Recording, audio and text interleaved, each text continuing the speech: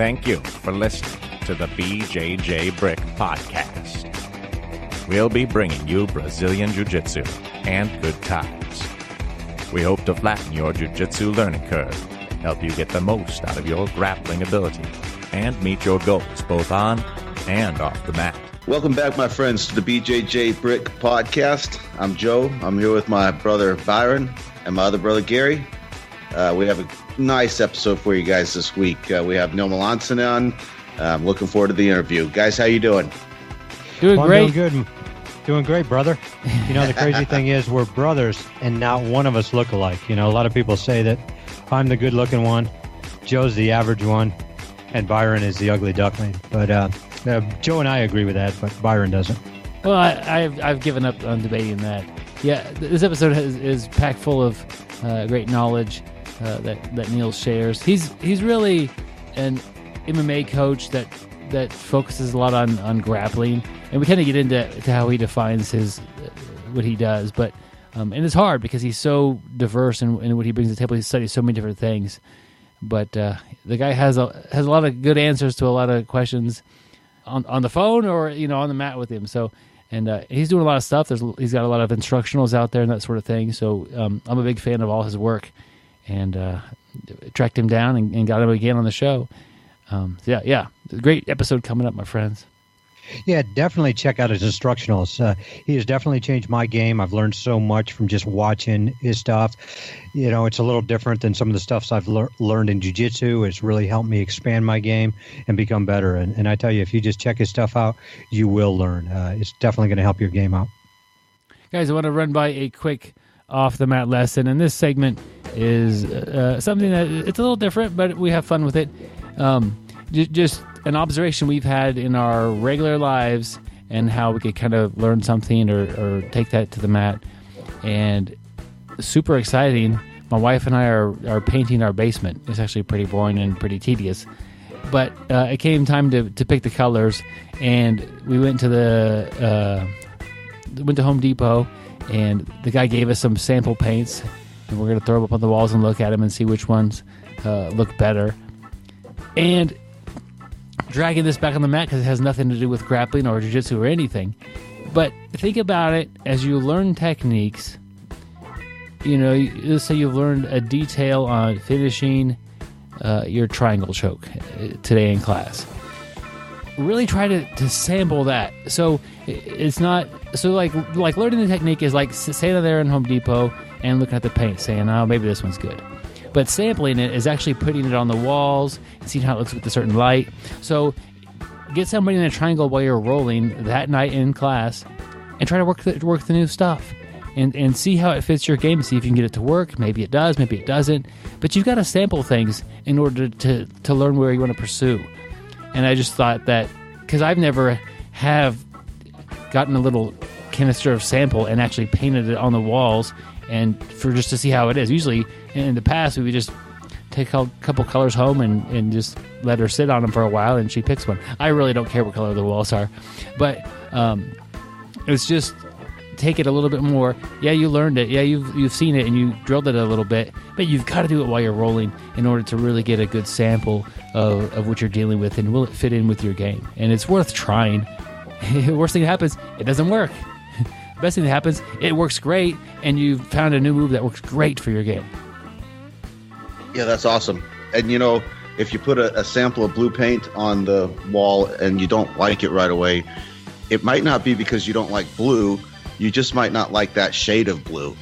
And if you use the same philosophy when you're doing jiu-jitsu, like you said, Byron, you're sampling these things, you might try a choke and it's not working for you right away. It might not be because that choke's not working for you or won't work for you, but you just need a different shade of it. You just need to change up some details, maybe try a slightly different variation of it.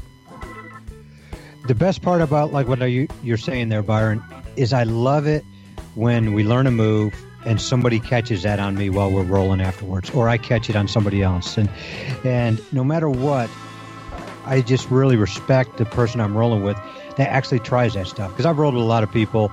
We learn something new in class, and they stay in their comfort zone. They're going to stay with their moves, their A game, as Joe likes to call it.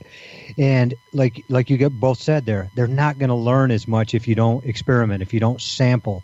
You need to sample these different moves. And it's funny, just the other day I got caught with a pretty new guy of something that we were just training, and I thought it was the best. I had a big smile on my face as I went for a ride, and I was really happy for him, and I was happy for myself getting caught in it. It was pretty neat. Yeah, that's awesome. And Gary, thinking about just training with you, I remember you were showing me some details on leg locks and escaping and also attacking, that sort of thing. And then we start rolling, and you start working leg locks with me, like just during the roll. And now I have a new set of tools to try to work with. And I didn't necessarily, think that, I need to start going here all the time. But you put me there, and I had to deal with it, and I had new tools to do that. So maybe as a training partner, if you're dealing, go back to the triangle example, if you did some triangle setups or some triangle finishes, maybe you should kind of see if your opponent or your training partner is going to do them. So maybe get put in the triangle and see if they would do the new ways to finish them, and be that type of a training partner that really encourages them to try what they're learning. And it doesn't just make the person who wants to try that better. Like, let's talk about the leg locks. It helped me out a lot too. It was nice. I remember that day you were talking about, we probably did it for 30 minutes straight, and we just kept our legs in each other's bad spots and just worked out of them. And, we never went a full 100%. We were probably going, 60, 70%, but we were working through bad positions. And, that helped me as much as it helped you. So it's definitely going to help everybody, which is the key. We're here to gain knowledge. We're here to get a little bit better each day. That's the real big thing, is getting a little bit better each day, and that's what we're all trying to do here. We've got a quote of the week here from a guy named Usain Bolt. I believe he's an athlete in the running category. Does that sound right, gentlemen? The sprinting category. Yeah, I hear he's pretty fast. I hear he's very fast. I remember once, actually, the first race I ran, I fell. And that's kind of interesting. So you have literally the world's fastest person, and he's a pretty confident guy, and who knows? I don't really know much about him as a person. His ego could be through the roof. I don't know. I don't really know who's him. No, he's a good guy. If he was like embarrassed by that to a large degree, he would have not ran another race. So I remember once my first tournament, I lost. And if that's the way I want to stress on that sort of thing, if that's you might be done grappling or maybe done competing. Get back up and try it again. If you think that this is going to be something for you, try it again. And just think about, he wouldn't be the fastest person in the world if he didn't run that second race. And right after that second race, he had to have thought about falling the first race. He might think about falling on a lot of races. I don't know what's going through his head, but I'd imagine he's got a pretty clear mind, or he's somehow focused in. But man, a lot of kids, a lot of people or adults even try something once, don't have success right away, and he didn't just not win or come in second place. I bet he came in last place. He probably was embarrassed. He probably, going pretty fast, so he probably rolled a couple times. But pretty bad experience. Now he races for a living. Byron, I bet you're right. I bet he came in last place, but I'll bet he crossed the finish line. That's a big determining factor right there for people that succeed and don't. When you fall coming right out of the blocks, do you just call it a day and say, well, I guess this race wasn't meant to be run, or do you get up and run the race anyway? So I'll bet you he finished the race. Yeah, I would bet you on that also, Joe. And Joe and I were talking a little bit before the show when we saw the quote from Usain Bolt. And Joe was talking about how fast he runs. And Joe's also runs a sub 10 second, just like Usain Bolt. But Joe's is a 10-yard dash, not the 100-meter. So a little bit different, but Joe is pretty fast. Yep, that's about it. I've got a 10-second, 10-yard dash. Well, that was his first race, and man, that sounds tough. And I don't know if me as a kid would want to do more races. I almost would guarantee you that my dad would have said, "Yeah, you're doing another race. You're finishing the season." Yeah. Well, I'd like to, bring this back to Joe. And Joe probably thinks I'm going to mess with him, but this is true. But, we talk about jiu-jitsu, how hard it is for jiu-jitsu. And then Joe, Joe's over 50, and Joe learns basically here just recently decided to take up the riding skateboard, which is very tough to do. Definitely a lot of injuries are going to happen. You're going to fall a lot. I see these kids, they're falling, they're all scraped up. It's not something that most 50-year-olds do. And Joe's out there riding all the time. I guarantee you, and I've never asked Joe, but I know he probably fell his first time out, his second time out. Even today he falls. But Joe gets right back up there. He finishes, as Joe said, and he keeps going, and he gets better all the time. And, I really do respect that Joe took that up at that age, figuring out how to do it. And because, that's a tough sport. And, it's an easy sport to hurt yourself. And Joe's out there learning it. And I think that's pretty cool. I appreciate that, Gary.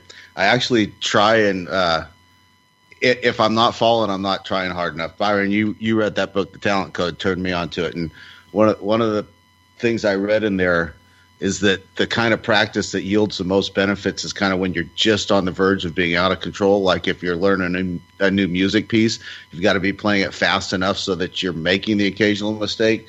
And I try and apply that to my skating, so I do end up on the deck a pretty good bit at the time. But so far, no broken ankles, no broken hips, so we're still going strong. Knock on some wood, Joe. But then also, I know you've got your little grandson Sebastian on it.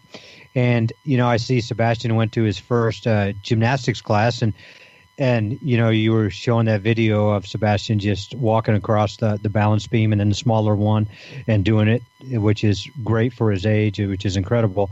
But when I saw that was the first thing I thought about is all the times you've had him on the skateboard, and it's probably really helped his balance. It's definitely going to help him in any athletic activity he does later on in life. You started him really working on balance, and the kid's got no fear. He's already doing that. He's a construction worker. He's always helping you out. He's going to have a very, productive, crazy life. There's nothing that's going to stop him. So that's things you can learn from a toddler. That's Joe's first year of skateboarding, Sebastian's first year in the construction line of work there, and Usain Bolt's first year of competitive racing. If you're listening to this and it is your first year on the mats doing jiu-jitsu, we've got an audiobook for you creatively titled Your First Year of BJJ. It's written, directed, edited, and produced by me, and acted, I guess, I don't know, read. But it's about 2.5 hours long, and I'm going to try to walk you through all the things that will need to be addressed that first year to make this year go smoothly. I want you to have a great first year. I want you to fall in love with the sport, do the proper techniques, focus on the right things, realize what's happening, acknowledge the things you're doing right and what things you shouldn't be necessarily focusing on, because I think that's a big hurdle, especially when you're new. You do all this stuff, you listen to all these podcasts, you do all this research, you watch all these videos, but you should be focusing on a select core set of techniques. And that could be kind of tricky. And I guarantee you, Joe and Gary and myself, we're all doing moves we learned in our first year. We're still doing some of these techniques. If you can focus on the right ones, you're going to be set up for your entire time on the mats. And the book starts with finding the right gym for you. It goes all the way to if you want to compete, and some advice on competing in your first tournament and getting the most out of that. So it's $11.99. It's an audiobook. It's a lot like a podcast, but you download it and listen at your leisure, and I really hope that helps you out if you get it. Man, that was one of the best transitions we've had. Gary, I'd say Byron's training game is on point today. Yeah, Byron definitely. He's not only a black belt on the mat, he's a black belt in segways. Really good one there. And, Byron's talking about his audiobook, and, I know you guys know we're from Wichita, Kansas, but basically the Wichita Times named our podcast, the best podcast in Wichita. So we're pretty happy about that. And I think we're doing pretty good. Man, those other two guys, they're probably pretty disappointed. Yeah, but the problem is theirs has to do with one was a horse made, about rodeos, and so we're the only one about jiu-jitsu, but we're still proud of it. Yeah, I'll just say that real quick. That didn't happen. Gary's just giving us a hard time. I don't think there is a Wichita Times. There isn't, but hey, we did make a jiu-jitsu magazine, though, which I thought was pretty cool. Had a little write-up about the BJJ Brick podcast that we're all pretty proud of. Yep. Go to if you don't subscribe to it. You can get delivered to your house. If not, I went to our local Kroger store and got one of the magazines, and sure enough, there it is. So, yeah, I got it and took it home, and I'm reading it. And we're hoping to do a little bit of stuff with those guys at the magazine, maybe have an article of the week occasionally be written by them, and we'll get one of them on here talking about it. That'd be kind of fun. A little bit in the works. We'll see how that plays out. And but yeah, it's a great magazine. I've got a copy on my desk right now. Yeah, definitely check out Jiu-Jitsu Magazine. It's the September-October 2008 issue. So, like I said, check it out. Great magazine, and we appreciate them for writing about us. Yep, thanks, Jim. Hey, guys, let's not hold back Neil Melanson anymore. He is the most interesting grappler in the world. He has had a short career as a pharmacist. He got fired because he was recommending jiu-jitsu for 95% of his patients. His idea of a performance-enhancing drug is better technique. He has been tested for this, and the results were positive. Chuck Norris's wife has a tattoo of his face. I don't always listen to podcasts, but when I do, I prefer the BJJ Brick podcast. Stay sweaty, my friends. All right, my friends, I'm happy to bring back Neil Melanson to the BJJ Brick podcast. Neil, it's been a little over a year. How are you doing? I'm good. How are you? I'm doing well. Excited to have you back. You do a very good job of explaining ideas and things on the mat with just words. It's really pretty amazing. So I had you on the repeat list to get this guy back on here, because not everybody has that gift to where they could talk about grappling and over an audio format even and make it really make sense. And I think you did a really great job with that last time. And so we're really excited to get you back on here. Oh, thanks. But you've been a busy guy. Tell us a little bit about where you're at and what you're up to. Yeah, I've been busy. I'm living back in Vegas, which is something I kind of wanted to do for a little bit now. I still got a lot of students here, and I kind of moved around a lot in my life, and Vegas is probably the place I stayed the longest. So it kind of feels like home.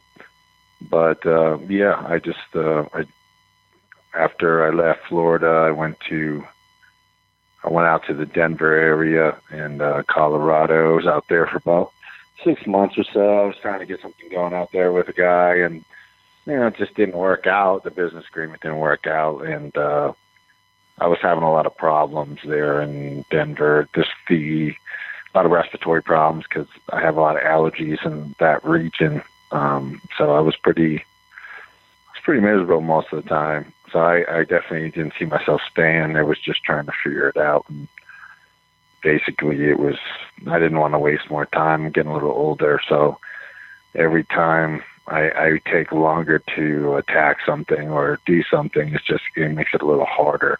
So I wanted to I didn't want to kill another year or whatever to see if I was going to like it. I could tell I didn't like it out there. So it's a beautiful place, but I feel good to be back home in Vegas. I got a lot of friends here, and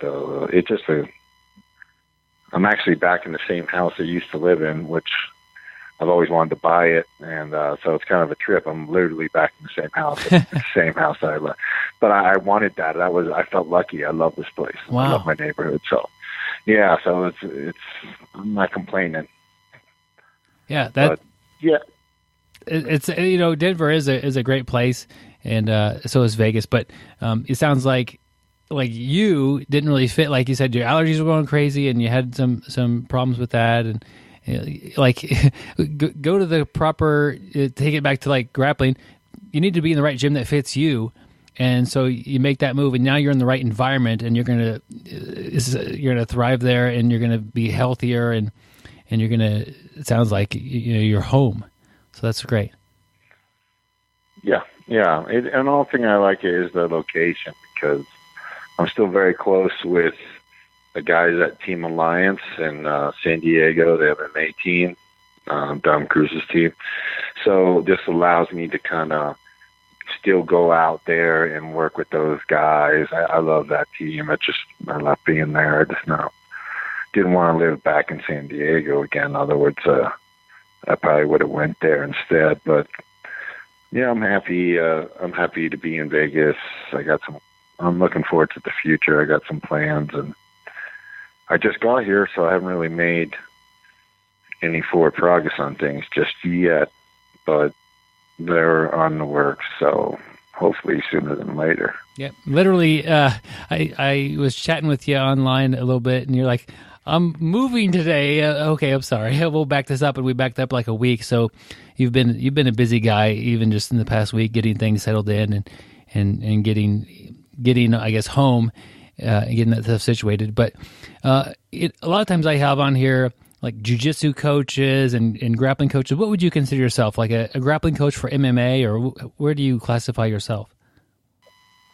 It's tough, because I've always used to just say ground fighting coach, because I seem to cover a lot of spectrums, but I teach other areas as well.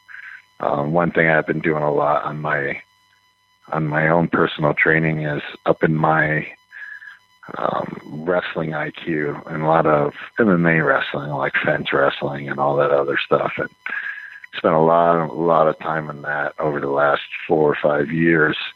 So I do, I've increased my knowledge base, so I can teach more areas now. I enjoy it.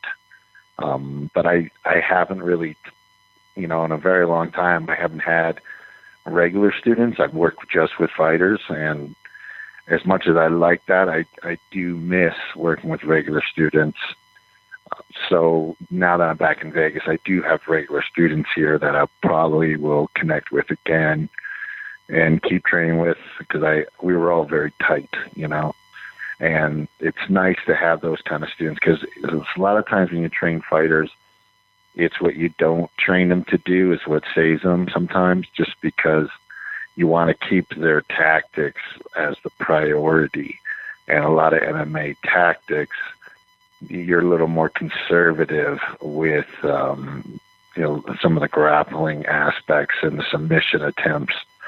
Instead, it's focused around, damage and striking on the ground, and utilizing that along with scrambles to hit certain submissions that maybe are, if you fail, you don't put yourself in a dangerous position where the fight can be turned dramatically, meaning like some people would fall back for a submission and the guy gets up and he gets on top of you now and he finishes the round strong, being on top. He probably just stole that round from you. So. Yeah, trying to visualize this, it sounds like a classic example is if I have, let's just say I have a mount on you, Neal, and there's like 3 minutes left in the round, and I go for an armbar and miss it. That's probably costing me the round versus maybe a little bit different submission that I wouldn't lose the position if it failed. Is that the kind of thing you're talking about? Yeah, it's just like this is where I would say ground fight, or at least MMA ground fighting, or whatever you want to call it, and jiu-jitsu really changed. It just one of the big aspects is the guy on top can disengage in MMA and force you to your feet at the discretion of the referee. and because they're stand-ups to keep the action. And jiu-jitsu, it would be almost the opposite, where if the guy on top standed and walked away, he would be cited for stalling and not trying to. So when you look at that, well, that's such a major part of it. Then your tactics change, some of your techniques change, whereas you want to, sometimes when you, like, for example, you pass the guard, you get crossbody or something like that. That guy on the bottom, he's probably all he's going to focus on is doing is escaping, and that's all he's going to do. And that means he might be going to half guard, he might wrestle out, he might bridge, who knows. And now you're in that one weird pickle where you have to do damage, because if you just hold him down and you try to go for submissions, but you don't get anything, and then he gets up and cracks you and your face is bleeding, he's probably going to win the round because he did effectively more damage. So it's like such, when you look at the scoring and a lot of the aspects, your tactics and technique and what you emphasize on is very, very different. Even though they both have the same goal on trying to win, most guys that are ground specialists in MMA would love to finish with a submission and stuff like that. So it's not, there's very similar goals. It's just, when it comes to deciding rounds and understand how to basically overwhelm an opponent and blend the striking damage with positional, transitional moves and submissions. That's a whole nother art. It requires a lot of work. And I was able to engulf myself in it, and I really enjoy it. So I think it makes the sport a little more exciting, even if you're not even going to do the striking standing. That's why when I never had a good way of describing exactly what I specialize in. And then, Eddie at Bravo, I believe, started that combat jiu-jitsu. And I thought, when I saw that and he was kind of doing it, it's open hand, not fist. It does, it does matter, but the idea is still the same, and I was like, that's exactly what I do. That's what I spend my time on. So he's kind of put a nice title to what I specialize in, but I do a lot of just plain, like a grappling, American jiu-jitsu, that kind of blend of folk style wrestling and Brazilian jiu-jitsu. I still like to do that, but I don't really teach that style to fighters. That's why I kind of miss, working with hobbyists, because they're hobbyists. There's not a lot of consequences to what they're doing. They have normal lives, so as long as they stay healthy, they're just having a good time. But they tend to want to specialize a little more. You can teach them more different areas.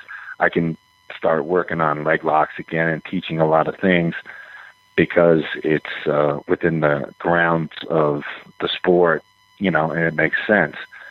So you actually hold back a lot. At least I've held back a lot on my original specialty, and that's, submission grappling, to make the transition over to more MMA-based ground style. But I do both, and I'm happy I'm going to be going back to teaching both, because I miss that aspect. Training fighters is great, and it's exciting, but it's, it has its downsides too, You talk a little bit about it's almost what you don't teach them, and it sounds like with the MMA fighters, you're not stressing necessarily all these submissions that they like. A lot of times you go to a grappling class, they just teach you 3 submissions and you go train. But it sounds like you're more focused on being in positions to do damage, doing that damage, and staying safe at the same time, and capitalizing anything that comes up. Is that accurate? Yeah, I suppose so. I suppose that's kind of about it. You mentioned a little bit about leg locks. What are your feelings about leg locks in MMA and where they're, what the future is for those? Do you not recommend your athletes work on those, or? Well, I first of all, I think we're seeing great things in the jiu-jitsu community now, finally, with leg locks. I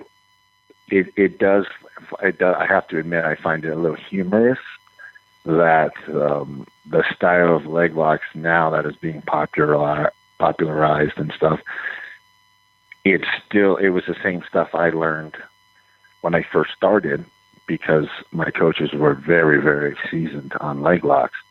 So as I've seen the jiu-jitsu community grow and take leg locks and then make it work for their style and grow the depth of knowledge and ability in leg locks, a lot of it comes down to the kind of the stuff that's been around, except maybe they didn't give it a solid look, or maybe for the time period at that moment, it wasn't something that was allowed, because it's, a lot of leg locks were considered hush.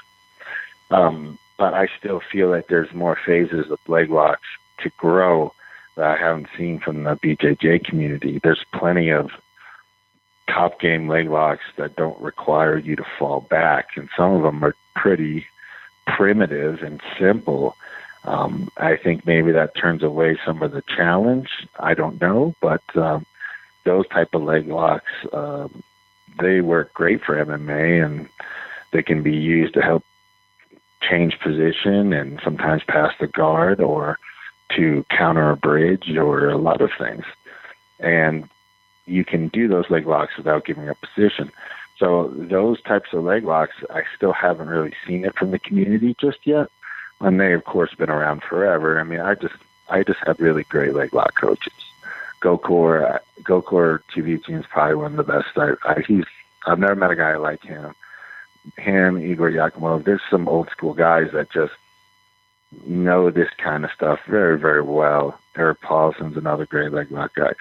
But their knowledge is very big, and they've kind of all learned similar style. So a lot of these leg locks, they're not like it's not like they're new. And I don't even know a lot. Like, someone can get credit, in my opinion, like a coach or a teacher or whoever can get credit for popularizing something or reorganizing something. But, most of the time we don't really invent anything. Everything's been done. All we're doing is reinstituting it a different way. And so I'm not going to knock on a lot of the jiu-jitsu community for some of their leg locks. I know some of the old school guys get a little bitter because they see the leg locks now that they used to got. I used to get kicked out of schools for doing leg locks because that's all I knew back in the day. And it kind of gives you a little chip on your shoulder because you've known the answer the whole time, but people just told you couldn't do it or it was bad form. And now it's become popularized, and they've actually made improvements in certain areas on it. It's fun to watch the sport transform. You can't knock those BJJ guys for not learning leg locks back in the day or not developing them sooner, because it wasn't really in the depth of what was considered appropriate for them. But now you can see it's growing, and some of these guys are doing some great things with it. They're forming their own combinations and things like that and concepts. And I don't think I still see the leg lock game expanding. And eventually a lot of the top game leg locks will be very common. But I'm taking a guess just based on what we've seen with the leg lock game. It seems it's ironic, but it's for me, as learning leg locks and getting kind of shunned when I first started, to see how common they are and how widespread and more acceptable. But I can't complain. I'm happy to see it. I'm very happy to see it, and I love seeing what these guys come up with and prove upon. So I'm curious. I'm kind of curious what the future's going to lie. And I hopefully that dimension of the game will just get better and better and better. It sounds like it's a similar criteria that you were talking about as far as don't give up your position when you are trying to do something. if you're in a good spot and you decide to go for something and the guy ends up winning the round because of that. Same thing with leg locks. Sounds like you're not a big fan of falling back for leg lock, but as long as you can stay on top and work that, and there are several that sounds like that aren't super popular, but they probably have a lot of potential to grow and to be used by a lot of people. Yeah, I just think it will come around eventually. I think the biggest thing that, I think that the jiu-jitsu community is really starting to come around about is the importance of controlling the other leg and lacing inside between the legs and things like that. That was a big thing. There was a lot, I used to call shotgun leg locks, where guys they just get on the leg and first one wins, and they get on a leg and they just go. And it's kind of that shootout, and that's a realistic thing. But then the 50-50 game kind of took place, and I wasn't a big fan of that, even though I've seen guys utilize it effectively. But I was never a fan of it. And then now we're starting to see the guys lacing on the inside and controlling both legs. And now you're seeing a lot more dominant leg lock games being built, and that's because they figured out that concept, and it was around for a long time. They had it once they figured it out because of whatever reason, or maybe they knew it and it was just frowned upon. I have no idea. But now that that's becoming more acceptable, we're starting to see a more technical leg battle and way more tactics mixed in, and it's somebody saying they're the king of leg locks or something. You have to. There's a lot of leg locks, and there's a lot of good guys that are good at them now. So I always snicker when I hear some type of goofy comment like that. But yeah, the jiu-jitsu community is always exciting to pay attention to. There's always something happening. Looking at the world of I guess MMA and grappling, are there any popular ideas that you disagree with as far as maybe training or maybe technique wise that you're like, well, a lot of people do this technique, but I'm not a fan of that? I can't think of anything in particular. I'm sure there is some things I could talk about, but you mentioned a lot of it depends on the athlete. Yeah. In the individual aspect, because how your physical development should matter. If you look at other sports, like say judo, they tend to base techniques and throws on what your body type is, and it's like even boxing. If you have a certain arm length, you're a long, lanky guy, probably not going to be fighting inside. Some guys have done it, but generally speaking, you're going to be fighting on the outside. So there's something to think about. So when you're forming your game and your style, unless you're just one of those medium body frames where it just kind of, you're good for everything and you're not really leaning one thing or another. If you're a guy like me, it's very long-limbed. You have to kind of utilize and take advantage of what you have. And the guys are, shorter arms and shorter legs, they have some advantages too. So you gotta focus and add that element in when you're looking at your own development. And I think that will help people, at least get a good higher level a little faster. Yeah. Train like what your body tells you to, basically. If you got, if you're a smaller guy, you play this style, and there's plenty of great grapplers out there to model all body types, so it's really easy to get a general guide. All you have to do is be a fan, I suppose.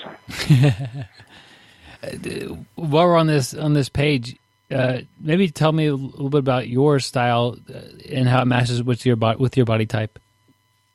I never wanted to be a guard player to start. I had no interest in it, and I didn't even like it. but because my legs were so long, and at the time my wrestling wasn't very good, so to be realistic, I was going to be on my back, and my coaches told me that I needed to do nothing but triangles from my guard I ended up doing nothing but triangles from my guard for almost a year. That was, all your training partners know exactly what you're going for, but it helped me master it. And then those positions, which used to be my weakness, became my strength, and it taught me a lot of good survival skills as well. And I started having success, and real success on tough guys. And then I stuck with the code, and I kept grappling to my body type. But I was trained by little guys, and a lot of their teaching, they really focused on transitions and speed. So I had adapted that from them, and I was very aggressive, and not waiting around or playing games, just kind of going and going hard.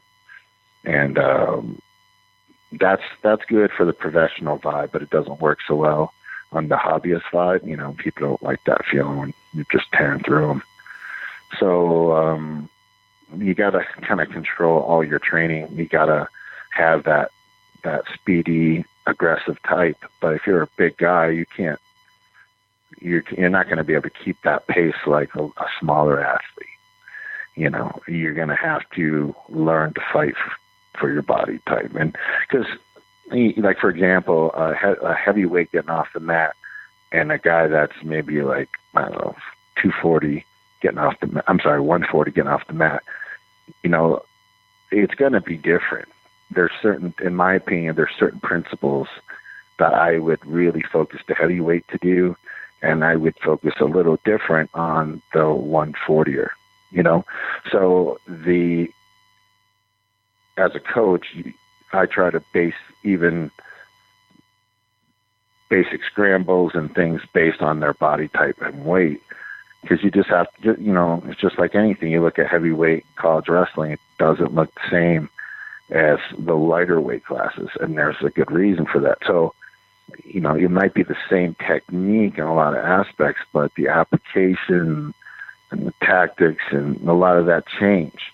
So, if you're one of those odd bodies and you can't seem to click and move like the instructor does because he's a little smaller or whatever the case is, you shouldn't feel a sense of defeat. You should just say, okay, then, I have to get better, but I also got to find a style that kind of coincides with what my ability is going to be able to handle. And I think that kind of thing gets overlooked. Sometimes I hear it, though. I hear people say, I got long arms, so I focus on dark strokes. I'm like, okay, it makes total sense. But I hear a lot of other times you see people they're just, if they only knew to focus on, what their body frame is built for, they would have so much quicker success, and I think they would develop a little faster sense of confidence.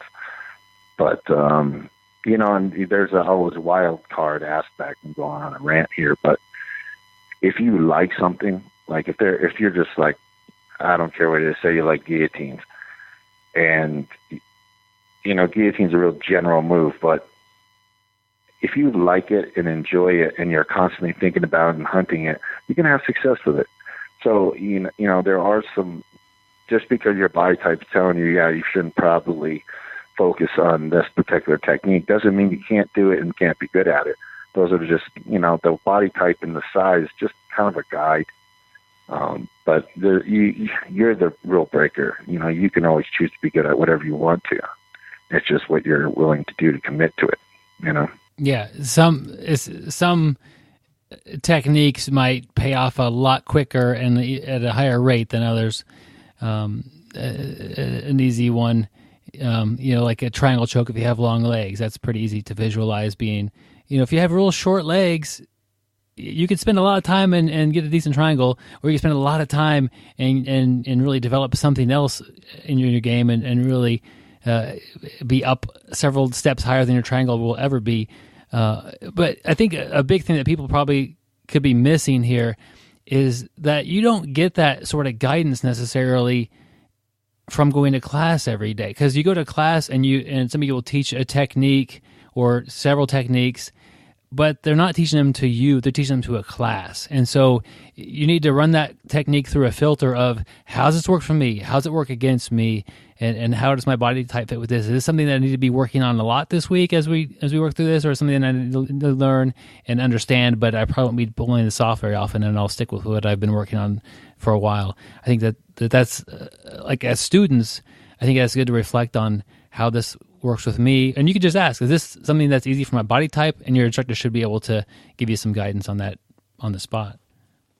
Yeah, you would think your instructor would give you some guidance, but it's, in the end, champions motivate themselves. So, you got to, you're going to get good if you really want it. A lot of people just do it for fun, and most the people that are addicted to it and they're trying to break through to the next level every single day, they're on the mat.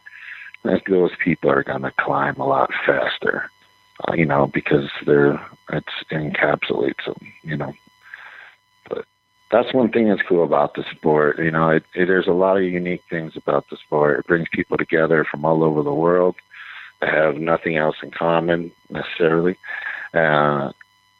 And it's constantly evolving, but yet in some cases it's coming full circle. It's a very unique thing. And I don't think we've seen any change. I don't see any change coming in the near future as far as it progressing. I do feel that eventually the no-gi game, the pure grappling aspect, will be very solidified, and I think it will be looked at a little different down the road, and in a good way, and not in a negative. People always want to do the gi. People always want to do that, and I don't think that's going anywhere. But I think the no-gi game is just getting more popular, and it's growing and growing and growing. It's fun, and it has crossover appeal to guys that want to potentially try MMA or something like that. So I think the no-gi game is going to get more solidified here in the U.S., and I hope it does. I like to see more and more develop about that.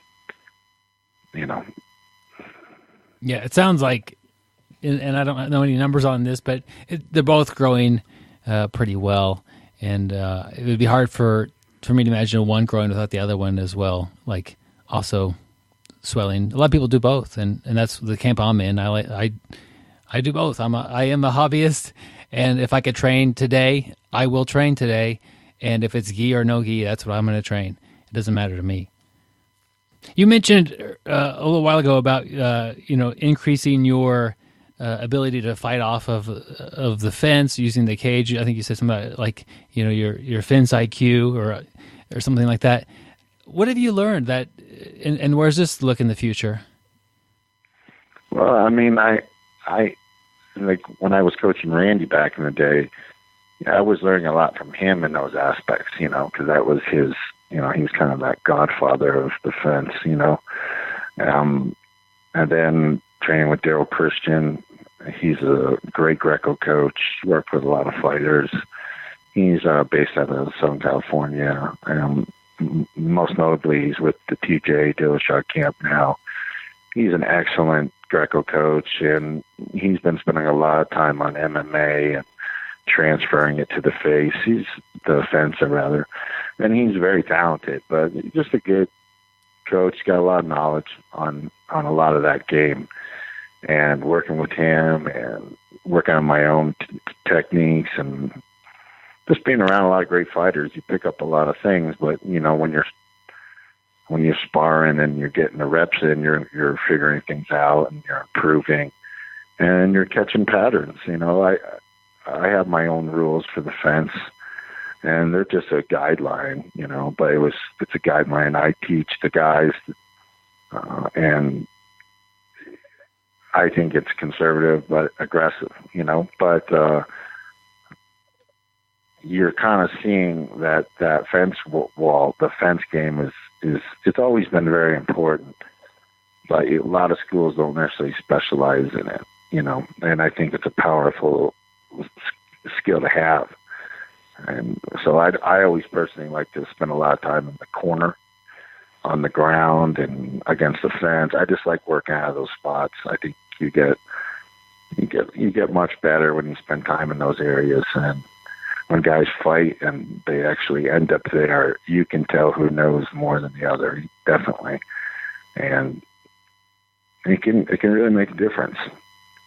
And most wrestling coaches I know, they're very hesitant about the fence because they don't really know a lot. It's a little different. They might be great in the open mat area, but the only way you really learn that fence game is to get in there and do it. So it's, like people always asking, whether I do gi and things. One of the biggest justifications I have for not is I'm always trying to work on other areas of the game that really go to what I do. Meaning the more wrestling IQ I get, the more punching into takedowns I get, all these different aspects, it's all going to help what I already do, and that is train fighters. The gi is something totally different, and I'm sure there's some crossover, but I have a tough time justifying it. So, I want to do my grappling, I want to do my training and coaching, and I want my development. And during my development time, if I really had to pick what I feel I want to develop more and more and more, it would almost every single time point to wrestling. Because I don't think people give enough, I don't want to say respect, that's not the right word, maybe credit to mat wrestling. I feel like it's not always recognized as grappling. I hear people talk about wrestling like all it is takedowns, and it's not. There's more to that. And I think everybody feels like they can replace the ground game with just pure jiu-jitsu, but, we've seen what a lot of wrestlers have done in MMA with not much more than some boxing and striking and what they currently know as far as folk style wrestling. And they've had a lot of success. They all train everything. I'm not trying to put BJJ down at all. I'm just saying that there's a style of grappling that is more mat wrestling oriented, and it's very effective, and it's outstanding for winning scrambles, and the tactics tend to blend in really nice with MMA and things like that. And I know a lot of great jiu-jitsu guys that are black belts, and rightfully so. They have all this in-depth knowledge, but, they don't know how to do a peek out, they don't know how to do basic mat wrestling movements. And, it's fine if they can choose to do whatever they want.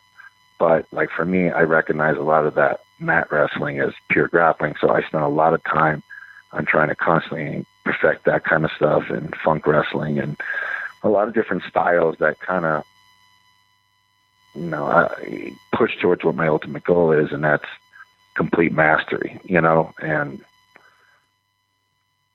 it would be nice to see wrestling get a little more recognition than it currently gets, but I can understand why. They don't do submissions. It's not in depth like jiu-jitsu where you can play the bottom, the top, you can submit the whole body.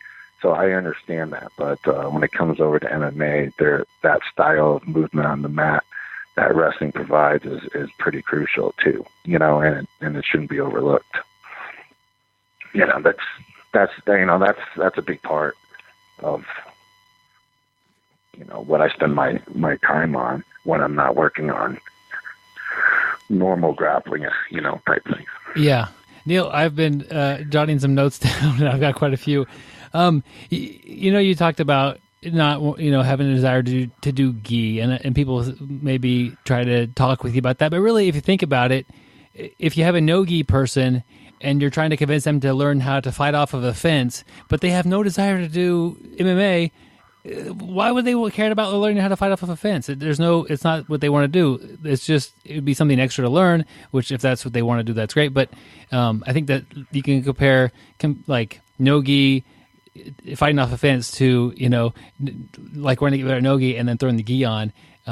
If that's what you want to do, that's great. But they're a little different, and I'm sure you could pick up some things and transfer them over. But it's just, I would say that like Greco-Roman wrestling training, that helped my hand fighting better than anything else I've ever trained. It's a very limited sport, and even though I'm not you're not going to see me in Greco-Roman tournament wrestling, but I learn a lot from it because they're, even just the guy, when you see guys that are just great at shucks, they pull off some pretty great scrambles. There's just a lot there, and I enjoy it. And I find it very difficult, and it's challenging. And part of the reason why I didn't put the gi on really is just because everybody told me I had to. It was kind of like, I just didn't have an interest. I've done it a little bit, and it was cool and all, but I think I will eventually. But as far as my own personal development, I can't seem to justify it. Yeah. And, I need to, whenever I get time to work on something, I have plenty of things I want to work on. I don't need to, I don't need to add a different sport. I take what I do very serious. Even though I'm kind of a goofy kind of guy, I take it very serious. Well, it's a serious business, and the people you're working with are trusting you with ultimately their health and their well-being in the future, because when things go wrong, they can go wrong pretty quick. You mentioned your goal of complete mastery. What does that look like? I don't know. I don't even know if it's something that's even particularly feasible. Yeah.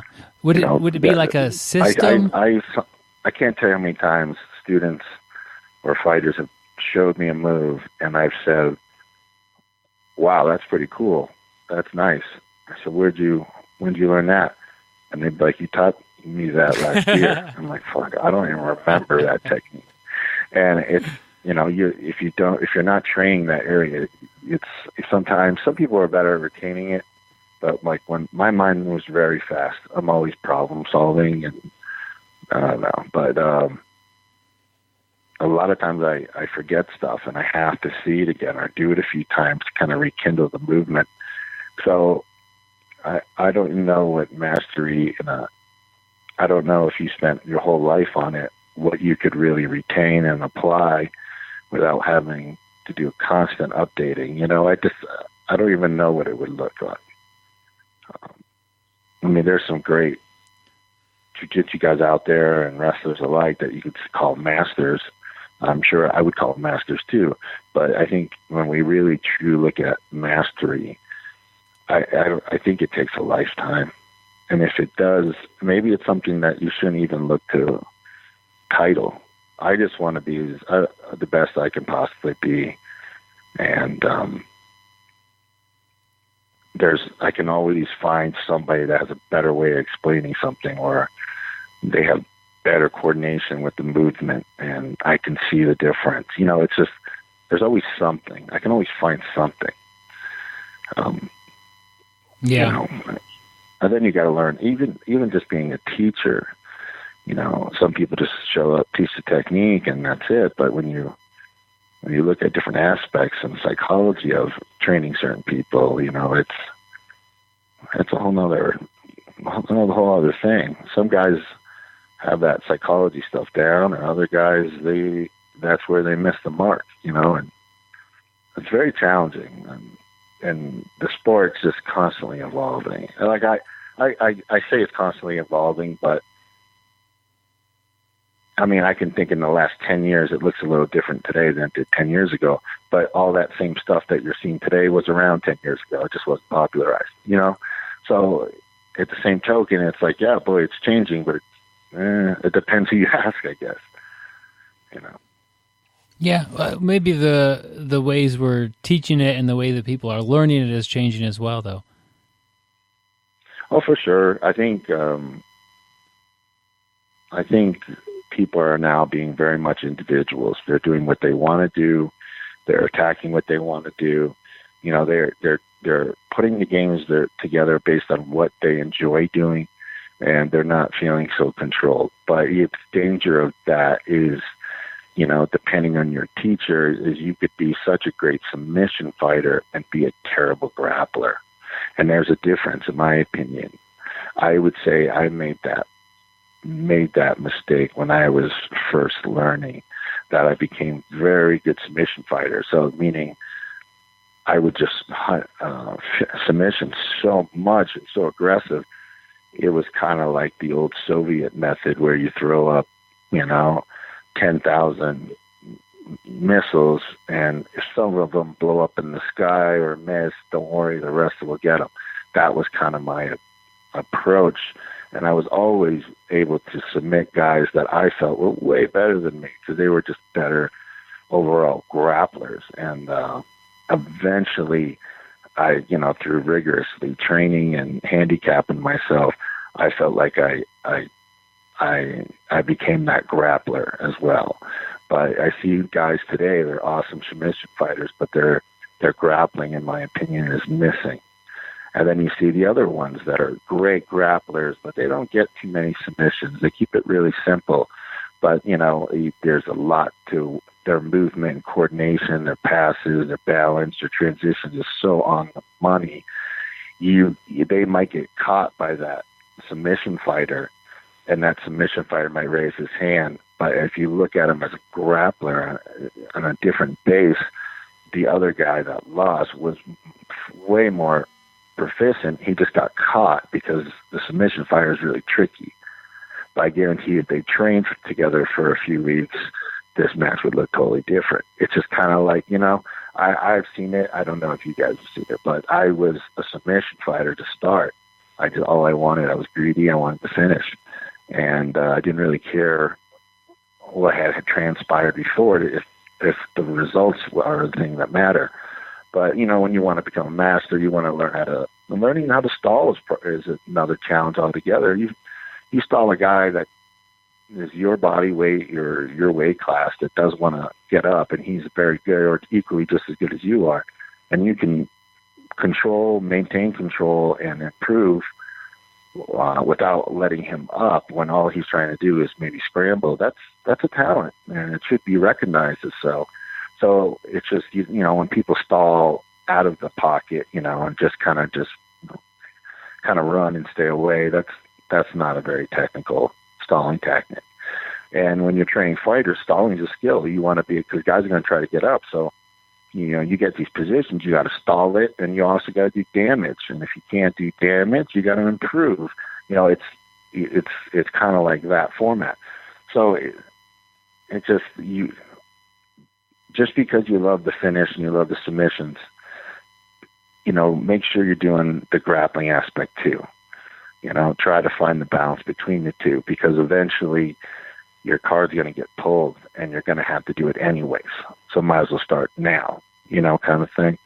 And, I learned backwards to start, so I can see all the mistakes, and I can also see some of the brilliance of Brazilian Jiu-Jitsu and why they sent, a lot of their grappling based up the way they do. They're trying to land that good, solid baseline so they can stack the chips up, and that's correct. That's what you should be doing. I think that's pretty accurate. But at the same token, you want to have fun, and if the submissions are fun, you got to have that balance too, where you're looking for all the submissions you want to try for. Because it's not all about being a champion, and sometimes it's just about going in there and having fun. And they got to do that. I used to be very fussy. I'd go there and back in the day, and I would train, and I might submit a guy like 6 times, but he swept me twice, and then he's bragging to buddies of how he swept me. And I used to be like, what does it matter? But then it kind of started waking me up. It doesn't matter how many times I submitted them because I got swept and I shouldn't, and he does have bragging points on me on the spread, on that. So it's kind of like one of those things where you just got to have a good attitude about it and learn everything. It's not easy. And even if you do, you got to retain it. I think most hobbyists, all they got to do is develop a system that works for them and keep adding to what works for them and just grow from there. But when you're a teacher or a coach, you got to be able to teach all these different body types, many different styles against many different body types and many different styles. So you have to be a little more open and saying, okay, this guy, he's not that aggressive, but I can teach him to do this style and he'll still be good. Or he's built like this and he's kind of like that. But if I teach him this style and kind of maybe build up his confidence slowly, he could be a great grappler one day in his own right. That's like me taking a student and just saying, I'm going to fulfill my promise and try to make you the best I can make you in the quickest amount of time I can make. It takes time, and it's not the way I was. Most people, when they go to a gym, you pay, and then you show up and you take the classes, and you got to earn it. But if you got coaches that are very involved and you show them that you're really interested in getting better, they'll probably start, grabbing you and steering you a little bit because they want you to get good too. Yeah, that's good advice. The attitude, somebody who's coachable, coaches are just going to gravitate towards them and want to help those people. As you're talking, I keep thinking about your goal of mastery of this, and you touched on several elements that made me think, it's not so mastery as a coach it's comprised of so many different things. Of course you have the techniques. There's so many techniques, but you have probably a core set of techniques or maybe a system, and then you have to figure out what's right for which person. And like you mentioned, different people, it might not just be body type, it might be aggressiveness. It might be somebody, naturally has this aggressive ability or is naturally a little bit tentative when it comes to pulling the trigger, and you need to mold that plan to that person. Part of it is your mastery of teaching, your teaching ability, your communication skills. And a lot of great fighters don't have those skills, and they get on the mat to teach something, and they're not that good at teaching. And so that's another category. And I've just been jotting a few down. Like live coaching ringside, like a master coach is going to be able to communicate what needs to be heard. And part of that, you have to know the fighter as well, but at the right moment and get that message across. And kind of the last one that we kind of touched on, or you made me think of, is the right environment. You're in the room, you have a lot of training goes on between students. So it's student to student, and sometimes it's student to teacher, but always they're learning from other students. And creating that right environment, you're talking about being in the right gym where a lot of learning is going on. A master would have a gym where people are constantly learning. And man, I'm sure we could list like a lot more things that would involve what a master instructor is doing. But well, like for example, I've met some coaches that are very good. They have their style and they're good at it. But every single student in their class in his school is exactly his style all the time. So, for example, if he's a butterfly guard player, he doesn't do anything else, then his students will probably be all butterfly players because that particular coach may or may not be able to train other body types or other styles. Or, hey, they always do this low pass or they always do this. If that's what that school is known for, then you can kind of prep a little bit. But when you have a team or a school where everybody's an individual, but yet they're all together in a team and they all specialize in different things. And, and like when I had a grappling team, all my guys had similarities, I'm sure. Like they were all leg lock guys, but they were all specialists in their own little world as well. Some of them were wrestlers, some were guard players, some of them were just leg lock players, and like everybody was a little different. So when we would compete, it really, they you didn't know what you were going to get, so that's just another aspect of it. But I don't know. As a coach, I don't really try to control my people. I try to make sure they're learning at the pace that I really think they should be. But I think in the end, if you try to control people, it just kind of goes bad, Yeah, but as a coach, you are I don't know how to. You are in control of the room. Like if you see something that's happening that's a huge negative, like guys trying to actually injure other people while they're training, or bad attitudes, or people getting personally upset with their training partners, like that to me is a coaching thing that between those two guys, they may not be able to figure that out, but a coach should be able to say, hey guys, what's going on here, and bring them back to where they could both learn or fix the problem, whatever that answer might be. Yeah, I mean I don't think that's always going to be the case. Yeah, there's always people out there that are they look at the training room as a street fight.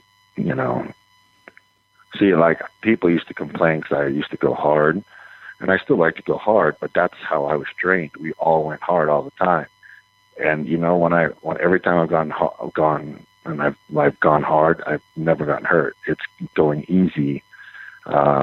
Is when I get hurt. It's when I'm not protecting myself on purpose, to let the guy drill. That's when I get hurt. Like those type. That's what I've noticed in my experience. And from what I understand, a lot of guys have told me some of their stories. So, I think you got to feel the pace of going hard too. Yeah. I think that's very important. It's just that, like, you shouldn't, like, you have the submission, he doesn't want to tap, and you got it, just chalk it up for a win and let him go, or transition it. Let's see how well you can transition this win to another win, even though he refuses to concede. It's tapping in the gym shouldn't be a big deal at all. It's just training. How many times have you gone into a gym and not been yourself and had a bad day and got wrecked? It's like eventually, if you're tired and you're worn out or you're stressed out and guys are feeling good, they're gonna be a little tougher than normal. And if you had to defend your honor every single day and defend how good you were every single day, I mean that's not even realistic. That's not being on a team. That's being in a Shark Tank. It's just not.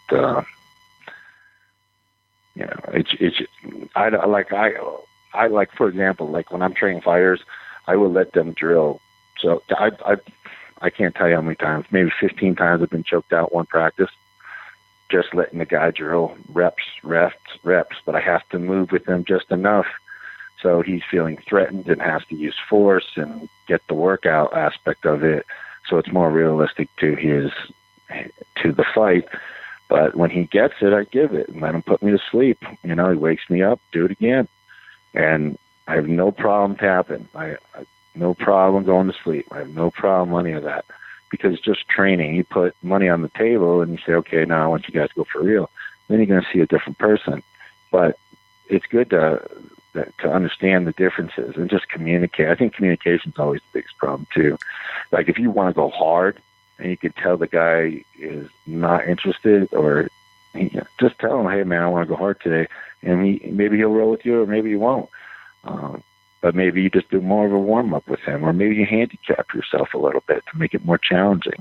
Like tell him I'm only going to do arm bars.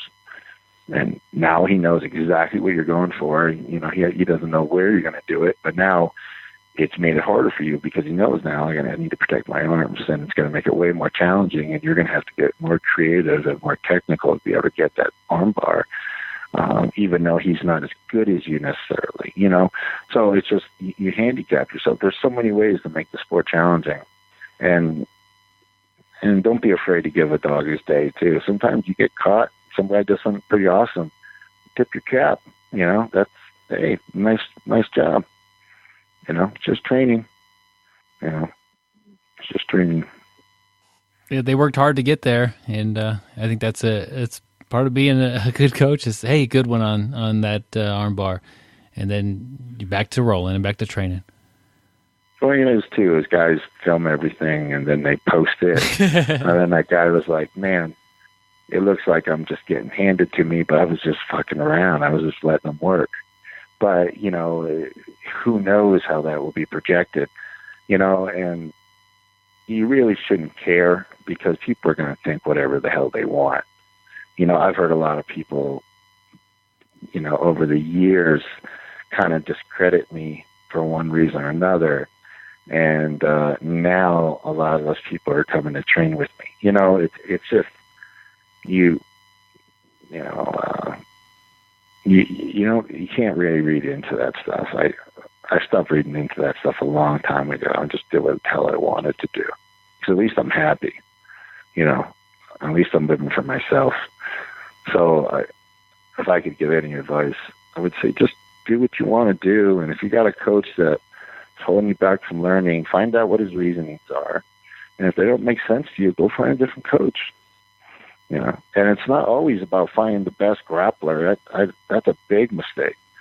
You know, that's a big mistake. If you want a guy to be a coach and you're looking to you look out for the best grappler you could find and you go find that guy and you train under him, yeah, it's going to be awesome because you'll be able to roll with the guy of that caliber and talent. But you got to remember, he's an athlete. He's doing this for a living. Doesn't mean he knows dick about coaching. He's living it now. He's being selfish now. And I'm sure you can get a couple good techniques or maybe some tips because he's doing it at the highest level. Like, hey, this submission's actually really hard to do. I wouldn't attempt it on that type of caliber athlete because of these reasons. That's why I prefer these. Like those are good talking points. But if you want to become great, you gotta have a guy that understands how to train and how to get you to that next level and how to set the challenges and how to do it in a way so you're not overtrained constantly and, you know, beat down all the time. You know, there's different energy systems and there's certain ways you can train them without hurting a guy. And you can still push it hard, you know, a little every day. So it's just, there's a lot out there, but you get with a coach that understands all that. He creates a good environment. That's the guy that's going to help you get to that level. That world champion that you love training with, he's got his own life to live too. He might be able to do it if he has that knack for teaching. But I mean, I've met a lot of great grapplers and they couldn't teach crap and they were plenty good at it. They just, you know, it's just not their personality. It's not what they do. They're more the doers. They're just the talent, you know. Some guys, they just do things. They don't even know how to break it down in a way to teach someone that doesn't. So, you know, it's good to be around those great grapplers, the high-level grapplers, but if you're serious about getting better, you know, yeah, it's good to train with them, but you got to get with a coach that actually knows how to coach. Yeah. I think sometimes the problem with the high-level grapplers or high-level any sport really is some people pick up things a little easier or a lot easier than other people. Some things come naturally to people. And if shooting a double leg came naturally or, you know, finishing an armbar was pretty much easy for you to understand from day one, it might be hard to teach that because you didn't have to like really think about the nuances and the struggles and what muscles were doing what.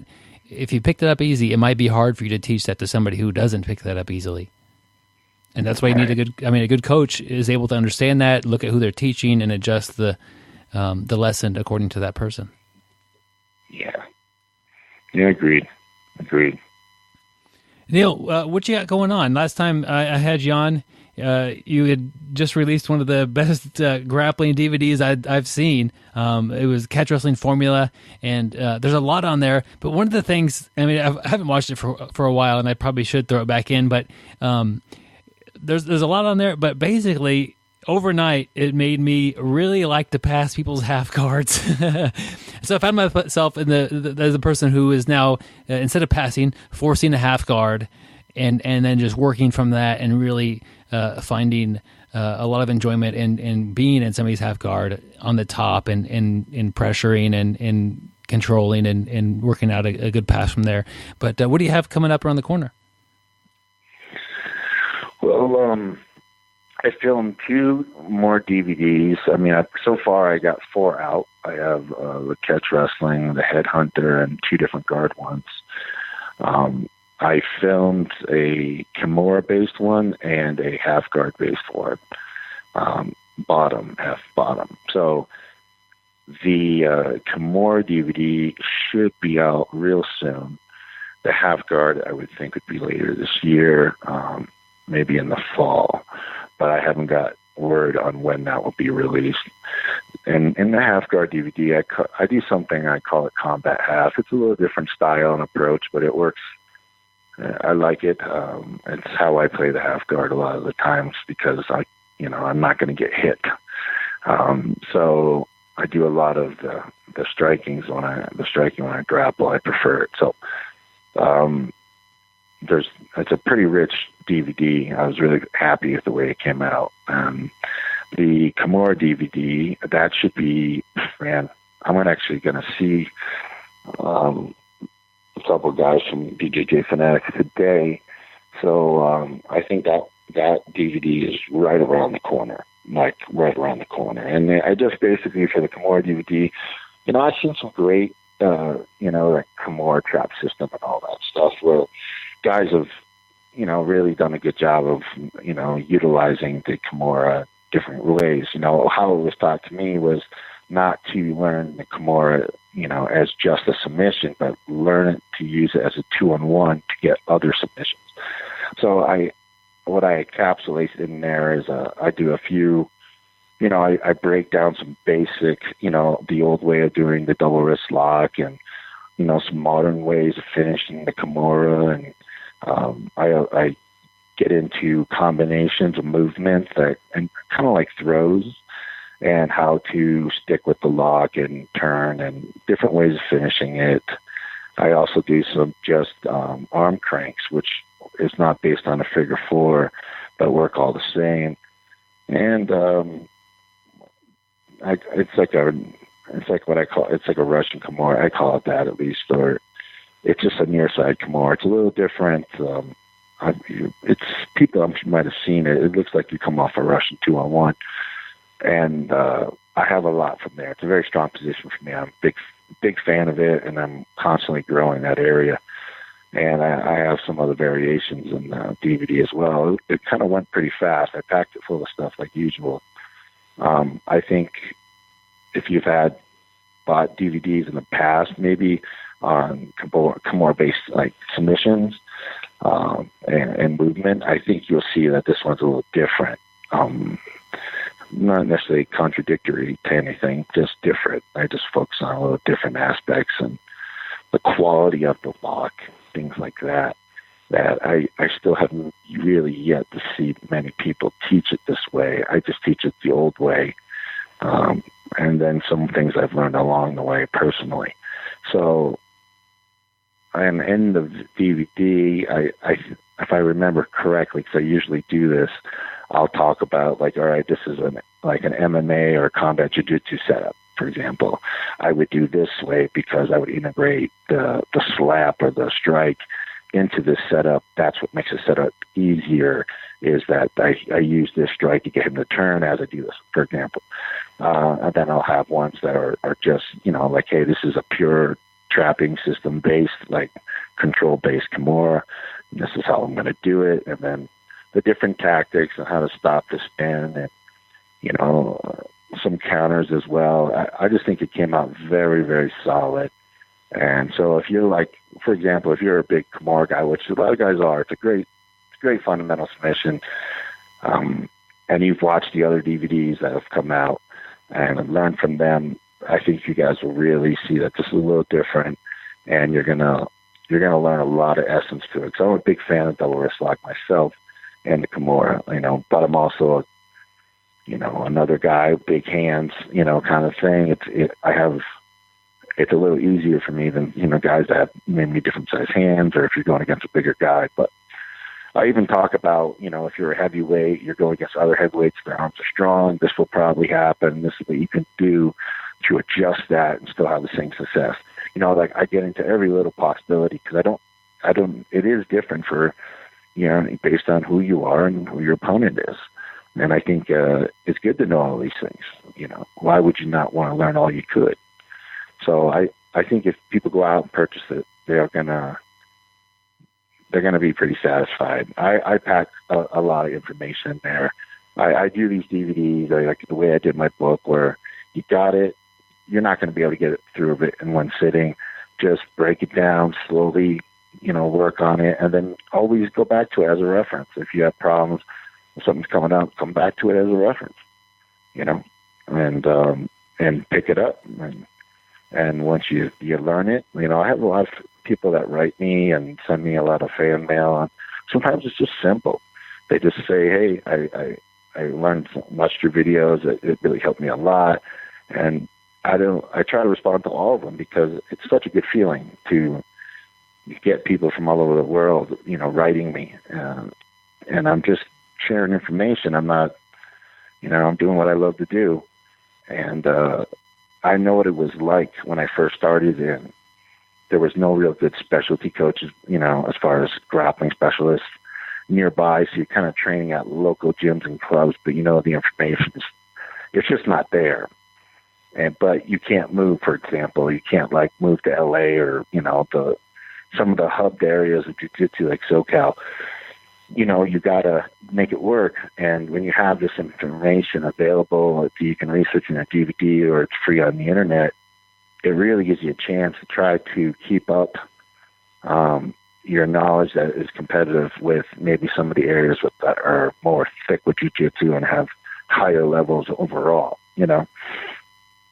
And I love seeing those messages I get from those guys.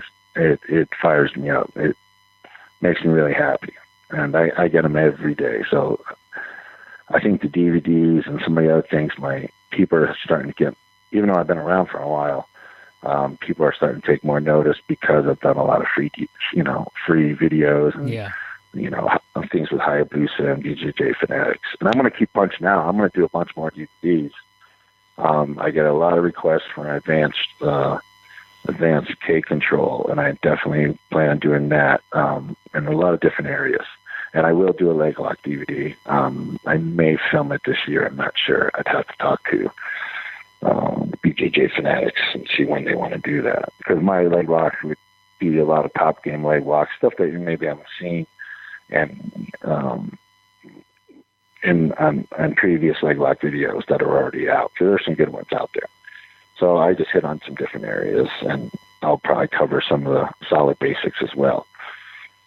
You know, so the DVD should be Filthy Kimuras. I think that's what it's being called. And that's a good name for it. So that should be out. All you got to do is, you know, I'll post about it in my social media when it comes out. But otherwise, if you're on the mail, the mail list for BJJ Fanatics, you know, if you're on that, you'll get word. He'll probably send something out. Yeah. Yeah. No, I mean, I'm excited about all these opportunities to learn from you. And you, like you mentioned, you do have a lot of stuff on YouTube, just free. Watch that. You get to understand your teaching style. And for me, I love it. I love your teaching style. I love the way you explain things, and the way you help visualize you help me understand, okay, I need to be feeling this and doing this, and then I'm able to translate that onto the mat, which doesn't always happen with the video, but you do a great job of that. And so I'm going to look forward to all these coming out. It's right now, what is it, August 22nd? This will air, I think, September 10th. So we're kind of working a little bit in the past here as far as what's happening, but any plans locally, what you up to? Ricky Lundell and I are going to be opening up a gym. I'm actually supposed to go see him right now. And we've been wanting this has been many, many years in the making. We've been talking about doing this for like 6 years. So, we're planning on doing our own little gym and starting to train some fighters together. You know, he's a great guy and he's really good at what he does. It's awesome, you know, having him around to learn from as well. It's just, I like doing that. You know, I'm one of those guys that I have to be developing. If I'm not constantly developing, I'm not happy. I have to grow. If I don't grow and I'm just doing this, then I don't know. It's just not fulfilling as much as it is when you're being challenged and you're growing and getting better and things like that. We look at why grappling or jiu-jitsu is so enjoyable. There's always room to develop, and you could see your progress. Another thing I think is helping others develop, and you get both those out of grappling. So that's awesome. Alrighty. Go ahead. I said, all right, man. All right, I'll let you go, man. Follow me on Facebook. Is that a good place? Yeah, that's good. That's a fun. I'll have you on Facebook, and I always see some fun posts by you. And enjoy it. Thanks so much, Neil. I'll let you go. All right. Thank you. Yep. I want to thank Neil Melanson for hopping on the show with me. He's in Las Vegas, so he's moved, and he's talking about opening up a gym there with Ricky Lundell. So, man, keep your eyes peeled for that. If you're interested in his DVDs, BJJ Fanatics is the place to go for that. There'll be a link in the show notes. It's not an affiliate link, so just if you go there. That's all good.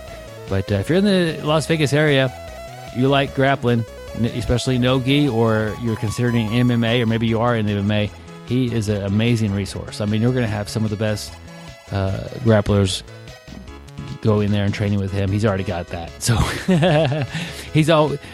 people seek him out. I mean, when he's training with Randy Couture and helping him and getting help to buy him, man, what an awesome... I mean, that's just one example of somebody who he's been a part of. So if you want to fight like Randy, Neil Melanson's your guy. It's a tall order, but you need the right coach to do that, and you might as well go to Neil. But anyway, wish him the best of luck in anything he does there in Las Vegas. Definitely, like I said earlier, check out his instructionals. They are top-notch. I have learned a ton from him. You can't go wrong looking at them. Yeah, it's always nice to expand your knowledge base a little bit. And, what he does isn't necessarily jiu-jitsu. I'm making air quotes here, but it really will add another dimension to your game, especially if you're not real good at top control. Watch some of his half guard series, and you'll learn some new tricks. I have a training partner who really watched all his half guard stuff, and man, he just became a beast rolling with him after he did that. I kind of wish he didn't watch it, because I used to have my way with him, and not anymore. Gary prefers to have his way. With the men that he rolls with. Only with you, Byron. Guys, we have an interesting article written by Mark Mullen. He's been on the show. I really enjoyed having him on the show. It's on jujitsutimes.com. And we were talking a little bit before this about the title versus what the actual article is, but the article is called, "Is It Okay for Beginners to Start Training No-Gi Only?" And it's kind of a question he threw out there, and he got different answers. And he's not trying to tell people, don't do this. It's like just kind of almost more of a comparison of what would no-gi training look like versus gi training, and if you pick one of them as a category, or is it better to kind of fuse the two, or what are your opinions of the two? And interesting question. I mean, we've talked about this in a similar note, but he had different opinions here, so that's always good. Yeah, just addressing the title. I just feel like people train for different reasons, and if somebody wants to just go train no-gi, I'm okay with that. So just to answer the title question, I'd say, yeah, it's fine. But I do like the article. There's a lot of interesting points in here. I'm going to skip to the second point. You guys can backtrack to point number one if you want. But I like that he points out that the gi improves your defense and no-gi makes our offense tighter. And I know there's a lot of debate about which is better for self-defense. And for a while, there was the argument that, well, nobody's going to be wearing a gi on the street. But guys are wearing jean jackets and leather jackets and sweatshirts, and you're wearing a long sleeve shirt. And if you did have to defend yourself and you're used to rolling no gi, and somebody starts grabbing onto your sleeve and your collar and pulling your jacket over your head, it's going to be pretty disorientating, and it's a whole new world. So that argument's kind of out the window, and I agree with this point that the gi really improves your defense. Joe, I actually agree with you on that. I am a no-gi person. I did start in the gi. I don't train very often in the gi anymore, but I really believe that I am a better grappler today due to my gi training. You know, I really do think gi improved my defense. You know, I can't use the sweat to slip out. And, you know, I sit there and think back sometimes, would my defense be where it is without starting in the gi? I don't think it would be. I feel like no gi, a lot of times I can slip out of stuff, you know, based off of sweat. And, you know, when somebody's got a hold of my, you know, kimono and you know, I don't have that sweat in, you know, for my advantages to slip out, I had to learn good technique. And I think that really improved my game. And, you know, like I said, I'm with you, Joe. I think anybody that wants to train however they want should do that. You know, we can't say what everybody likes, but I do believe, you know, the gi definitely helped my defense and made me a better grappler. And I would not be where I'm at today without it. Hey, there's a lot of different opinions on this article. Check it out if you're wanting to dive deeper into what he's saying. But I caution anybody who's starting jiu-jitsu to lock themselves into one of those categories. I'm a no-gi person or I'm a gi person. Really explore both of them. They're so similar. Even to the fact that if you go train gi one day and you go train no-gi the next day, a lot of the same people are there. You don't have to even meet new people, like have a whole new group of strangers. Point. They're going to be the same people a lot of times. For me, it's just, I mentioned it during the interview with Neal, I train whenever my time allows me to train, whether it's gi or no gi. I'm going to bring the right equipment and show up and train. It's the same thing for me. But I do see a lot of people who just strictly prefer, I'm just training gi nights or I'm just training no gi times. That's fine. Do what you want to do. But I think there's some value to cross training a little bit and getting that. But, you know, on the other hand, if I was in Vegas and I trained at Neil Melanson's gym, I'd be a no-gi guy. I'd be perfectly okay saying, hey, every day I go train, these guys are training without the gi. That's fine. I don't think, you know, I attend gi seminars and that sort of thing as well, but I think I go months without having to switch from one to the other. I don't, because it's just my schedule so kind of random. It's really not that hard of a transition unless you play like a really, like, wrap them up in their collar type of a game or really grip-based game. You don't have anything else to fall back on. You'll have a little bit of growing pains. But still, so much of it is just hip movement and being aware of what's happening and those sort of things. A little bit of growing pains if you're trying to, you know, if you've been doing gi for a couple of years and you go, hey, maybe I'll try no gi. Yeah, sure. The people that you'll do really well with the gi on are going to have a little better time with you without the gi for a couple of weeks, and then you'll adjust. Yeah, I think I trained probably 70-30, mostly in the gi. And now that you mention it, Byron, I can't remember a time, certainly not recently, where I've been no gi and like, oh, dang, I can't grab the collar, or dang, I can't grab the sleeve. You know, even just 20-30% of the time, no gi is enough that, you know, I transition back and forth without even thinking about it. I was going to say, the one I really like is number 6. The most important reason to train in the gi, in my opinion, which not my own opinion, but whatever expert they talk to, is that most areas in the countries will give you access to more classes per week and higher level training partners and coaches. And, you know, being a no-gi guy, when I travel, I'll look to see schools and you know, if they have no-gi classes. And boy, the no-gi classes are, you know, if I didn't bring a kimono, you don't have a lot of choice. It's there are a lot more gi options at most schools, you know, that I've seen, you know, looked at their websites and talked to people. And hey, the more chance you can train, you know, that it's not, like Byron said, you're better off.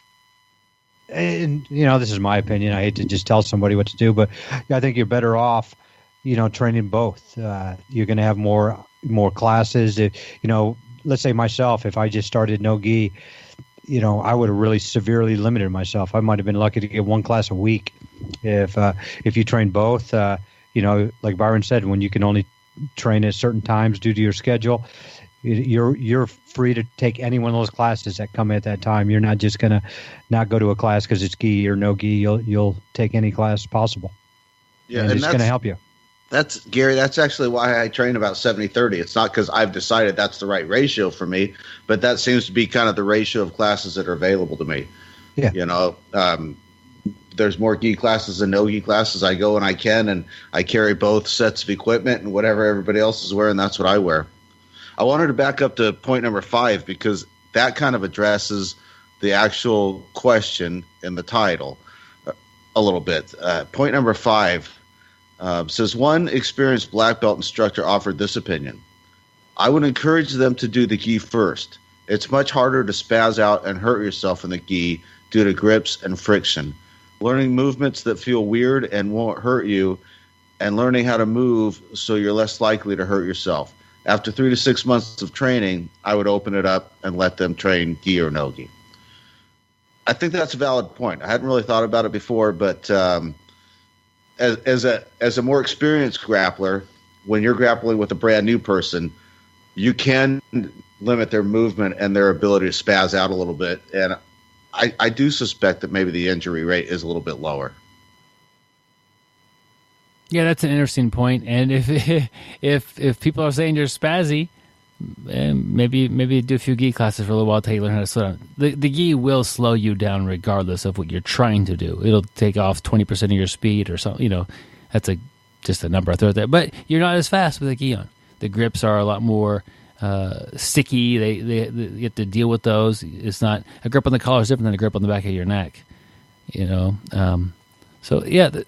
Basically, it's an interesting question, but do what you enjoy, and do what you're able to do. If you really like gi, and the only time for gi is on your work nights, try no gi. You're gonna love it. It'll take you a week or two to adjust a few things, and you'll figure out this is awesome. This no gi thing. I'm not kidding. Nobody's gi choked me for a long time. It's kind of like this. You have a student who loves going to the gym. Part of the best part of it is the people. That's a common thing. You get to meet everybody and your friends, but you move across town or you move out of the city or state or whatever. Are you going to still train? Hopefully. It's kind of annoying that you're losing all your buddies or whatever, but it's perfectly okay to go to a different school, and it's perfectly okay to start training one versus the other. And it's, I don't know. I don't think it's a worry about so much about people, what they want to do when they start, because they kind of have something in their head. Let them do it. It's that people lock themselves into being a particular type. And they like when we have gi seminars, Gary throws the gi on and he does the gi seminar. He trains no gi all the time, but it doesn't prevent him from attending a gi seminar. I'm sure he learns stuff that works fine in the no gi. So just don't lock yourself into a category that would be detrimental for your long-term training. And like you, Byron, when you train with me, you'll train no gi, but we talk about grips and everything, but it's always nice because you always wear that really tight sleeveless leather vest. Yeah. And it's nice. I know you roll in that all the time, and it allows me to use, grips inside your collar. Yeah. So, well, you actually were so nice to me because you outgrew it. You gained a little bit of weight, and you sold to me for a really good deal. Turning the tables on me, Byron. Yes, I have to. When you're on this show, you got to learn to turn some tables a couple of times. But yeah, Speaking of turning the tables. It's a fun article. It's a common question, and if you don't just every now and then think about, what's my balance, or if you're just strictly one, what would it be like? Or maybe I should attend a gi class once a month, or something like that. It's not going to hurt you. You might really value your time there. So check out the article written by our buddy Mark Mullen. Yep, definitely great article. We've had Mark on the show before, so check that out. Great guy, great article. So you don't want to, but definitely tell your friends about it. This part of the show is where we go with the audiobook. It's an audiobook that's never going to be released. We try to have a little bit of fun with it. And a lot of times we take it off of something that happened on the show. And about 90% of the time, I'm the recipient of it, along with Joe. Let's keep with the tradition. As Byron tries to, throw us under the bus. But today we decided we were going to change it around a little bit. You just decided just now. But Byron's got a great audiobook, yes, and it kind of goes with what the topic, we're talking about. And basically it's the title of it is how I have changed my no-gi BJJ game to a regular no-gi game to no-gi with a tight leather sleeveless vest. And Byron, changed his game around. He kind of morphed as a person, I guess you would say, and started wearing a lot of leather, tight leather, and really started wearing it on the mats. And he said there's a lot of advantages. It's really helped out his game.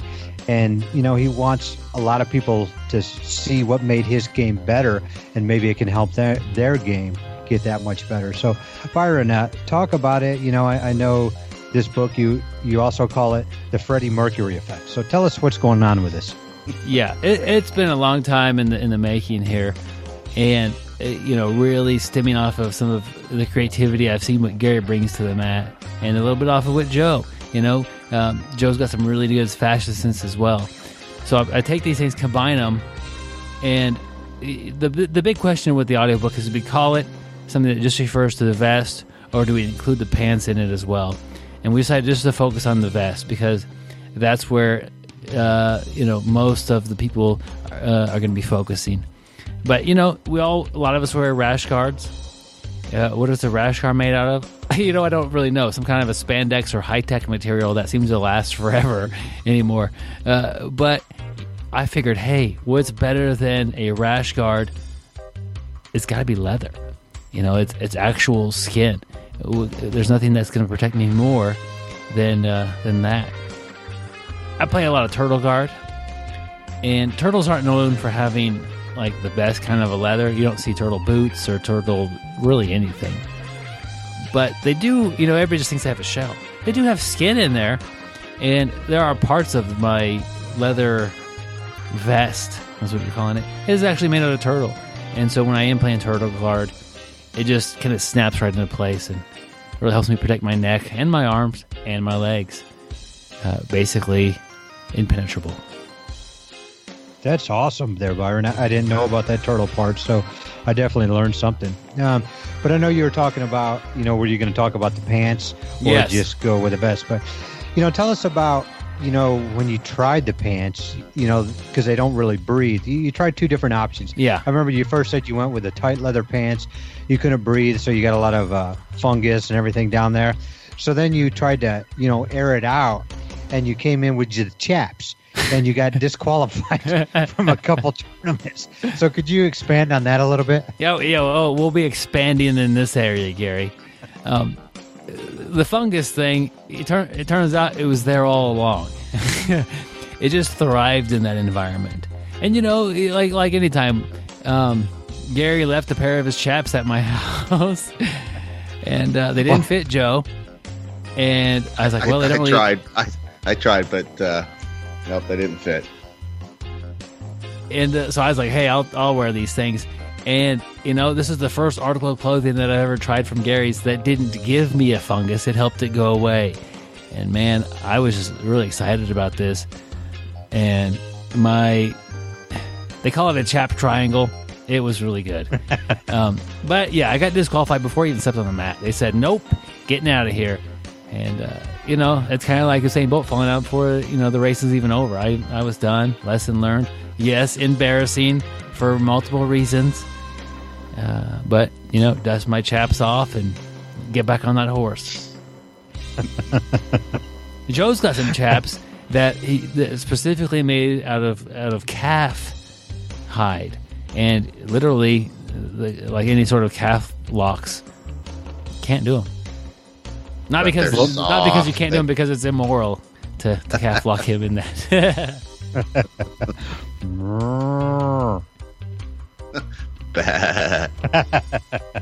So this audiobook will be coming out. We'll just say that's to be determined. We're trying to get it to where you could print on a 3D printer the chaps and the vest, or the regular pants if you want to have no fun. And but once we get the digital 3D printing done, we'll publish it right away, guys. But definitely, if you do read this book and you do decide to try the leather grappling attire, make sure you check the rules before you enter the tournament, because some of them don't allow the chaps. And I'd hate to see you get disqualified after you paid some money and drove drove to a tournament. Here, the hits of the whole thing about that. I mean, it made me very frustrated because nowhere in the rules did it say no chaps. It had a whole list of submissions I couldn't do, but it didn't say you can't wear chaps to this tournament, so I thought I was good to go. Yeah, so maybe you should send an email to the promoter and double check if it's not in the rules. So we just wouldn't want anybody get in trouble or get kicked out. Yeah, I need to send them just send them a picture. You know, hey, here's what I'm looking at wearing. Is this going to be okay? See, I tried that, and most people didn't even reply back. They just deleted me. I need to get a hold of David Karchmer, the grappling referee, and say what kind of chaps would be legal, and maybe he can give us some guidance on that one. Yeah, we could definitely ask him. I'm guessing he won't even dignify that with a response. We do like the grappling referee. Any grappling questions, he's been an outstanding resource. Anyway, guys, had a good time. I do want to give a quick thank you to our Patreon supporters. No new ones this week, but do want to give a shout-out to some continued supporters, Nathan, Mindy, and Gudrun. Thank you guys so much for your continued support. It means a ton. If you want to join the Patreon team, go to the link on the show notes. Most people pitch in like $1 per episode, and it really means a lot to us that you're willing to do that, and it helps us out a ton. We're trying to grow the show and make it as good as we can. We'll send you out a 5-inch BJJ Brick gi patch, a sticker you can put on something that can take a sticker, not leather. A sticker won't work on the leather pants or the leather vest. The patch would work fine. So take it, put the patch on that. And you're also invited to join the private Facebook group where we'll occasionally pop in with some ideas about the future show ideas and questions we should be asking people. So thank you guys so much for your continued support on Patreon. Check us out on social media, guys. We're on Facebook. We've got a BJJ Brick app. If you want to get the show every week and you don't want to have to worry about going to a podcast player, just download the app on your phone. You'll get the show every week. We've got a YouTube channel. Byron's got some reviews on there, some other interesting things, something about a grilled cheese sandwich. So check us out on social media, guys. Speaking of grilled cheese sandwich, I'm getting a little hungry here, guys. Yep, it's time for Gary to go eat. Hey, real quick, next week, another amazing episode. Homero Jacare Kovacanchi, the founder of the most successful Brazilian Jiu-Jitsu team, Alliance, is going to be joining us next week for an interview. Man, I was honored to have him be on the show and to just get a few minutes, get an interview with him. So look forward to that, my friends. We're going to learn a lot next week. Yeah, talk about a legend. Well, stay sweaty, my friends. And don't wear chaps on the mat. Train hard. Train in chaps if you want. Train smart and get better. We'll see you. Yeah, I guess the question should be, should new people wear chaps or not wear chaps when they're first starting? We can do that next week. Thank you for listening. I hope you find the time today to roll. After all, the best way to get better at Brazilian Jiu-Jitsu is to do Brazilian Jiu-Jitsu.